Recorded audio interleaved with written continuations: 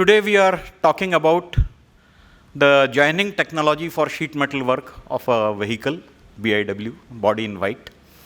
So we are talking about assorted technology. It's a rather short talk for 20 minutes or so. And it's a very, very wide subject involving multiple technologies. So excuse me if it looks like just touching pillars and we are just showing glimpses. It's more like 𝗙𝗂𝗁𝗂𝗃𝗂𝗃 of so many diverse technologies. But I'll try to keep it interesting and try to focus more on things which are lesser known. So we are talking about welding and joining technologies in automotive manufacturing. By the way, Technocrat Talks is my YouTube channel, where me and my son run a YouTube channel where you can find hundreds of videos by us. Every week we turn out some new video. But mostly those are technical videos and also related to economics and policy making. So the most common technology that we come across in automotive BIW parlance for joining is spot welding. And this is how spot welding looks like. Spot welding gun. I'll not go into detail. I mean, people would have seen those who are in the automotive world. So it's a kind of a transformer and with two electrodes, and you close it and apply a spot. Of course, when you do it, whether you will be able to do it or not, you have to check by simulation by digital twin. So to continue the idea of digital twin, yeah, you have to do accessibility simulation. You have to do also ergonomic simulation if it is not robotized. If a human operator is going to do it day in, day out, then there is something called as a simulation based on RULA, Rapid Upper Limb Assessment Score. So you have to simulate and find out if your work setup is ergonomic enough. Okay. So, and spot welding line typically would look like this. I have a lot of visuals just to give you a quick flavor of what things are. Yeah. Now, obviously, there are multiple robots doing the job, so they should not collide with each other. They should not hit each other. They should not hit the operator. They should not damage the job. So a lot of virtual twin simulation is required to make sure that the process runs smoothly. Okay. Also, how much pressure it should apply when it is holding the two sheets, clamping it with some force, so that you have enough good contact area so that the current density is adequate to cause a melt. So nowadays there is a servo-driven thing. Earlier it used to be pneumatic. So it used to apply a fixed force. Nowadays it is adaptive. So unless you get the full current, it keeps on increasing the force. So that's a kind of a new development which is there. Okay. So one question which often is asked in classes that I take on the subject is, can aluminum sheets be spot welded? Now, no, aluminum sheets cannot be spot welded for the simple reason that you have copper electrode. Now, if you are using steel to steel welding, you have MS, you have MS. So you have copper to MS junction, you have MS to MS junction, and MS to copper junction. So steel to steel junction will have a maximum resistance. So the heat focus will be here, so that it will melt here, it will form a nodule. So the weld will happen where it is supposed to happen. If you put aluminum, the resistance of aluminum and copper is nearly the same. So all the three junctions will get heated together, and then they will be burned through. And electrode will get stuck with the sheet. When you open the arm, it will tear the sheet. So for practical reason, obviously, this technology cannot be used for aluminum sheet, which is also an alternative material which is under consideration for BIW. Then another question is, nowadays there is a lot of talk of high strength material, advanced high strength steel, so to say. Can advanced high strength steel be spot welded or welded? No, unless you do a heat treatment, unless you locally anneal it, you cannot do it. So there's a short video. Wherever you want to apply the spot, you have to induction heat it or laser heat it and make the material a little softer locally where you want to weld. Okay. So it is possible. It can be induction heating, it can be laser heating, but annealing has to be done so that the microstructure becomes compatible for welding. Okay. There are some golden rules for designing the spot welds. For example, from the edges, it has to have certain respectable distance. If there are two different sheet thicknesses, the ratio of the thicknesses cannot be greater than 1:3. Otherwise, one sheet will melt, another sheet will not. So there could be disparity. Yeah. There are some rules about the distance from the edges for the spot. Now, designers have to know it because that much flange they have to give all around wherever you are going to apply spot weld. Also, if there is a bend, there is a minimum distance from the bend which has to be respected. Yeah. Another variant of this one is projection weld, where you pre-emboss a pattern and pass the current so that you get a designer weld. Instead of welding the complete spot, solid weld, it is dotted weld, you can say. And also, projection welding is used for welding nuts on a sheet. Okay. Now, there is a DFM and DFA rule designed for assembly, which says that all the assemblies should be done preferably from one side only, with one operator. That is in the interest of productivity.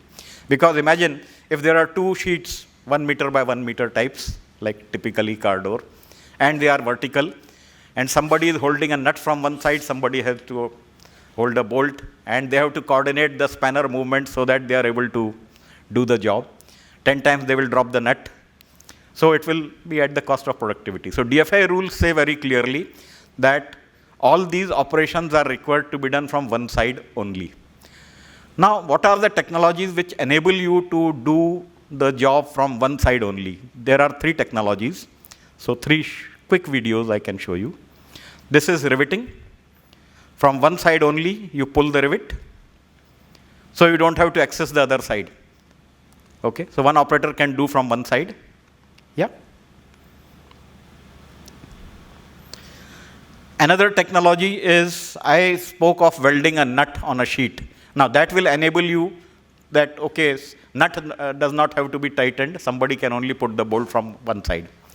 But the better way is to grow a nut wherever you want thread. Okay. So there is a technology where you use burrs, you create burr by heating, and you do tapping in that itself. So you grow the nut wherever you want. So you reduce the number of parts, and you are able to do the welding right there. You have the hardware available for doing tapping, etc. So that allows you to do the operation of assembly from one side. Okay. Third technology which is there is this one. If you can weld nut, you can also weld a screw or a stud. Okay, so there is a electrostatic gun with capacitor. There is a hardware available which you can keep, you can pass the current, and you can weld a stud on the sheet. Okay, so growing a nut or welding a stud are alternatives of joining, and of course riveting is there. Okay. So, but there are some rules in the sense that suppose you do and burr formed is of irregular shape, etc., then it may not work. So you have to really work on the parameters. You can also do conventional riveting. Many times people feel that riveting is all about applying a big force, okay, and pressing the head to form the head. But believe me, it is not like that. Actually, you do something like this. वो जैसे लड्डू बनाते हैं. So that you have to apply less force. I'll show you the video. So that you apply much lesser force, and with much lesser force you are able to do the forming of the head. But here you require access from both the side because it is on the machine. Okay. So you can do some teaching there, and you can see how the spindle moves when it is doing the riveting. This is called orbital riveting. Okay. It draws a rosette pattern kind of a thing. So this is teaching. Now this is the spindle. You see it is deliberately made to move in a weird way so that it draws a kind of a pattern on top of the head, so that with 1/10 of the force it is able to do the job. Yeah. Then there is a technology. People say that suppose I want to join aluminium with MS sheet. Welding is not allowed. Welding is not possible. Riveting, bolting is possible, but again there is a but in that. The hardness of rivet or a bolt has to match the hardness of both the materials. Now, if there are dissimilar material, how it can match the hardness of both the materials? That becomes a challenge. So that softer material, the hole will become oblong after a while. So that is a challenge. So there is a technology which is called as Tox clinching. Tox is a company right in Pune, I think. Yeah. So you have a tool which expands and it's mechanically button locked. So it's called as Tox clinching. This is an old technology which is used for joining. Okay. Brazing is there, of course. The difference between welding and brazing is that in brazing you don't have a metallurgical bond. It is just a filler. You use brass as a filling material, so that's why it is called as brazing. But it's like gluing. It's not a metallurgical bond, so it's not strong enough. It will only suppress the vibrations. It will join the two parts aesthetically, but it will not be having a strength. Suppose you pull them apart, they will come apart. Yeah. Mostly it is used for splitting the part into smaller parts and then joining them on assembly line with brazing.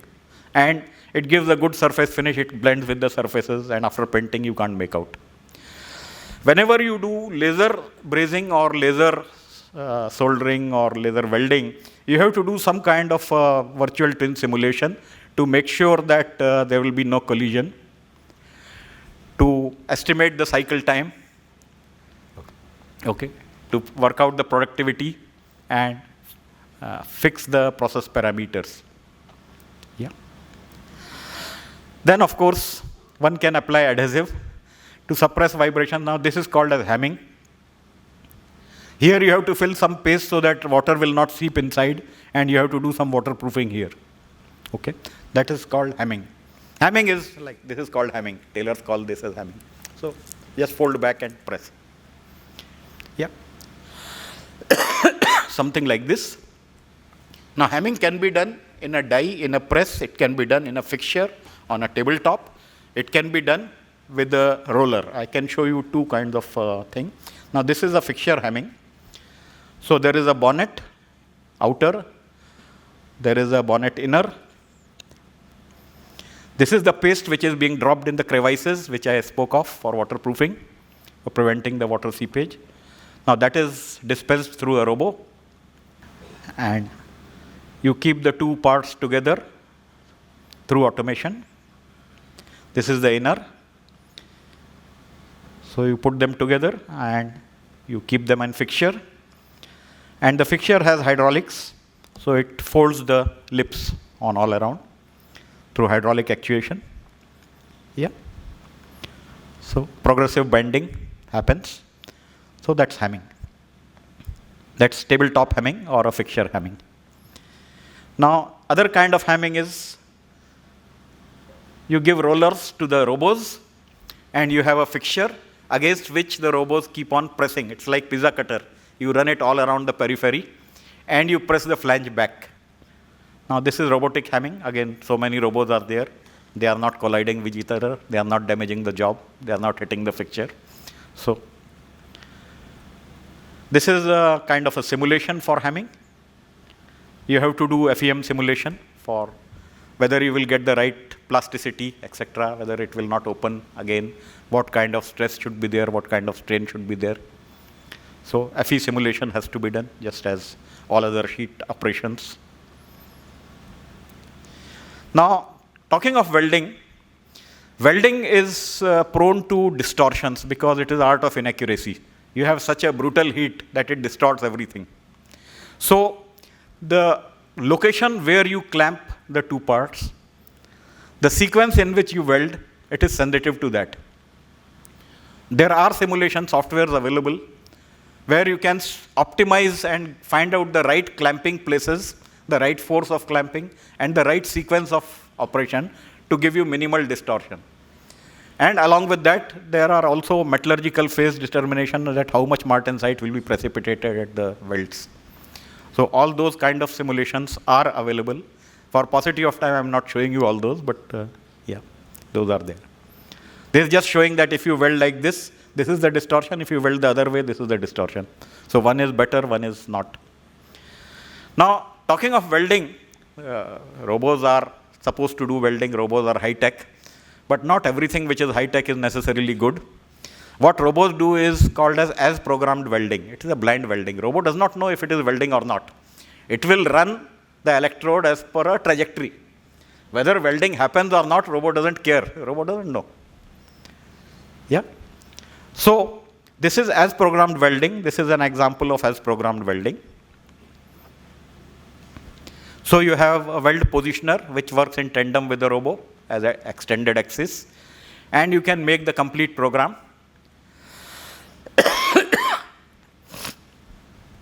Yeah. You can have multiple robots welding at a time. You can have Trunnion type of fixtures to optimize the productivity, etc. You can clamp the jobs together, put them in fixture, have a quick changeover, SMED principles, okay, so that changeover time is minimal, etc. Yeah, but this is still as programmed automation. It's not adaptive automation. Okay, it is still as programmed automation. 4 robots are working together in parallel. Okay, doing the job together. Yeah. So, skip the text. Fixtures are absolutely important for joining and welding. They have to locate the part correctly, ergonomically, so that accessibility is there, everything is there. Okay, so now fixtures are also important in quick changeover. See how quickly the changeover takes place in this case. So there is a operation happening on one station. The fixture has 3 stations and there is a carousel. So after the operation is done, the carousel indexes and you get the next station. Okay. So literally in a minute you are able to change the setup from job A to job B to job C. Okay. So this is how quickly SMED can be done practically with fixture integrated with the process. Now, another kind of adaptive welding is where you don't know where the seam will be. So there is a technology where you optically track the seam. There is something like a barcoder which finds out where the welding seam is and it throws the laser there. Now this is called as adaptive welding. This is where it is not as programmed. It is adapting to the actual condition of the job and it is able to do a job perfectly. Okay? And you don't require accuracy just for the sake of automation. Automation is adapting itself to the inaccuracies which are there. Okay? Fine. So even if you have a profile, for example, as a seam, which you don't know, it can still do the welding. Okay? So that's the technology. The most exotic part is laser remote welding. See this video. So there is a fixture, there is an outer part, there are corner reinforcement, and there is an inner part. Sorry, this is the outer part, the earlier was inner part. And the fixture is closed.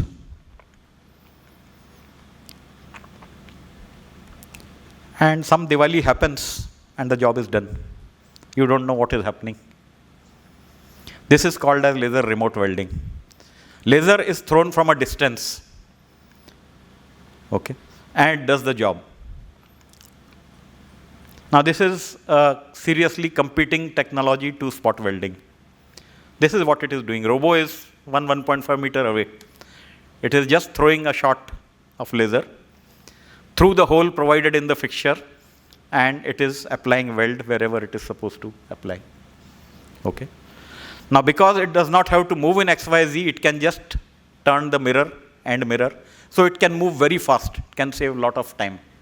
Even as compared to robotic automation, this is much, much faster. Okay.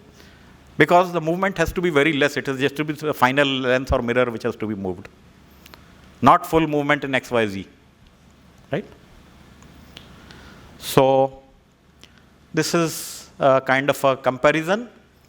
And if you do welding like this, for example, if you are drawing line like this with laser, you require much lesser flange. So there is a material saving also when you do this kind of welding. Otherwise, for spot welding, you require a bigger flange because there are rules that distance from the edge has to be respected, etc. So you have to give that much flange, right? So this is a technology which is a serious competitor, and this is the kind of saving which it does on account of optimization of XYZ movement. Okay, so it's squeezing all the movement time, and it's only continuously welding, welding, and welding, start to end. Yeah. So this is all from my side. Thanks a lot for your interest and attention, and I'll be happy to take any questions. New changes, new end item designs, Yeah. it won't adapt to that. No. And unless you add a vision system to it, then it can be made probably adaptive. But one has to design that. Okay. If it is coupled with a vision system, then it can be probably made adaptive. So it sees the hole in the fixture wherever there is access and it adapts. Yes, that is a possibility. But as it stands, yes, it is as programmed. Diode welding, diode laser welding, you mean? Yeah, diodes are used for laser welding. No, but I think there was a new application development. I heard about it just last year. Yeah. So can you throw more light on that? Because I don't know anything. You are talking about diode laser welding. Yeah. Now, diode laser is a kind of laser. It's a laser source. Now, whether it is fiber laser or diode laser or disc laser, those are variants of laser source. Okay. So you can have a high power diode laser which you can use for welding. Yes, absolutely. It is being in use. I know it is being in use. Okay. And one more question, Yeah. the last question. Is there any effect of HSZ in resistance welding? Heat affected zone, you are saying? Zone? Yeah. Heat affected zone is least in laser welding. It is much more, it is maximum in resistance welding actually, because there is a lateral spread of heat. Because we are talking of sheets which are so thin, if you apply a lot of heat, वो sheet का तो पापड़ बन जाता है, because there is lateral flow of heat, it distorts the part. Okay. So here the art is to focus the heat only where it is required. It should not spread, and before that a welding should happen. Okay. Okay. Thank you. That's the beauty of laser welding. Yes, please. Now, see, based on strength of material saving and the process time saving. Now, if you are in a business which is in volumes game, that is, if you produce more, you improve your top line and bottom line, that is, market is infinite, it is assumed. Then yes, you can justify ROI very easily. But if you are in a constrained market, where the market size is fixed, and your focus is on tightening the belt and making saving, then it becomes difficult to justify ROI. But again, it's a matter of volumes. See, if many people start doing it, then the technology cost comes down. Because over the year, the trend is that the cost of lasers have cracked down considerably. Yeah. If more people start using it, it will become cheaper. Typically, it will be for the mass production, right? I mean, Yes, yes. Putting in the conveyor belt. It is mass production. It's mass production. So is it 2 years, 3 years? Or Yeah, 2 years, 3 years is yes. Larger More than 3 years is a sin. Okay. It has to be within 3 years. And talking of cost, I mean, there are parties in Pune who are doing it. I can tell you, you can contact me later. If anybody needs any help in any of these things, you can always reach out to me. I will be happy to help you. Thank you. Yeah. It is not as costly as we imagine. It has become cheaper already. So my question is that from product design perspective, Yeah. what do you think are some design considerations a designer should consider to ensure that there are no weld failures during production? Yeah. So basically, the DFM rules have to be adhered while designing. So you have to give the right size of flanges, etc., wherever you are going to join. So distance from the edges has to be respected. The pitch of the spots have to be respected. Because if you have spot welding too close, then what happens that when you are applying the next spot, the previous spot tends to become weaker, because the current follows a shunt path. Okay, so whatever you have already welded, the current flows again through that. So there is a rule that the minimum distance between two successive spots should be at least 8 times of the spot diameter. Yeah. So such rules have to be observed during the design so that you don't have any problems. And of course, there is a technology which is, I don't know why it has not come already, long back, that's thermography. For welding and for any process related to heating and cooling, visualizing heat through thermography is the thing. if you are able to see a thermal image of the weld, you know the exact weld penetration, you know the quality of welding. And then you can do in-process adaptive control, so that you don't make a mistake and then you discover it. Okay? On the fly, you are able to catch the mistake, you are able to rectify the mistake. That's the technology which is waiting to happen. But I hope Indian industry wakes up to investing in technology and investing in technology training, so that these things happen faster. Okay? Good. So I think that's all. Thank you. Thanks a lot. You have been a wonderful audience.